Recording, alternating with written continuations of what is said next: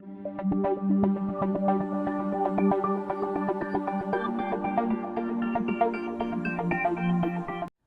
back. We are still in Module 2. We're in Section 2, though.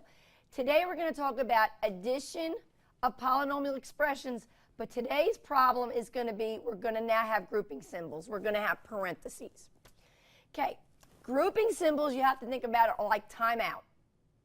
Okay, they're putting the terms away from everybody else. So if addition means to put things together that are alike, and you have a term inside a grouping symbol, your first job is going to be to get rid of the grouping symbol, get rid of the parentheses. So you cannot do addition if you have parentheses. You're going to have to get rid of parentheses first. We all know what operation does parentheses mean in mathematics. In mathematics, parentheses always means to do multiplication. So in our examples today, our expressions are going to say collect like terms. We're not just going to see the terms all separately stated. If you look at my first example, it says 5 parentheses x minus 4 plus 9 parentheses x plus 6. The problem there is you can't even do addition till you get rid of parentheses. And to get rid of parentheses, we're going to do what operation? That's correct. We're going to multiply.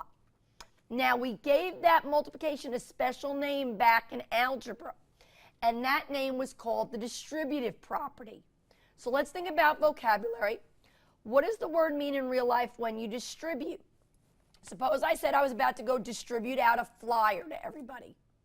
Distribute means to give to all. So if I distribute, I'm going to give to everybody. So the distributive property of multiplication means I'm going to multiply that number to everybody inside. When I multiply that number to everybody inside the parentheses, what that does is it does magic. It unlocks the parentheses and gets rid of them. So by multiplying, by doing the distributive property, that's how you get rid of parentheses. And then once you get rid of the parentheses, once all the terms are free at a timeout, then they can collect and be put together.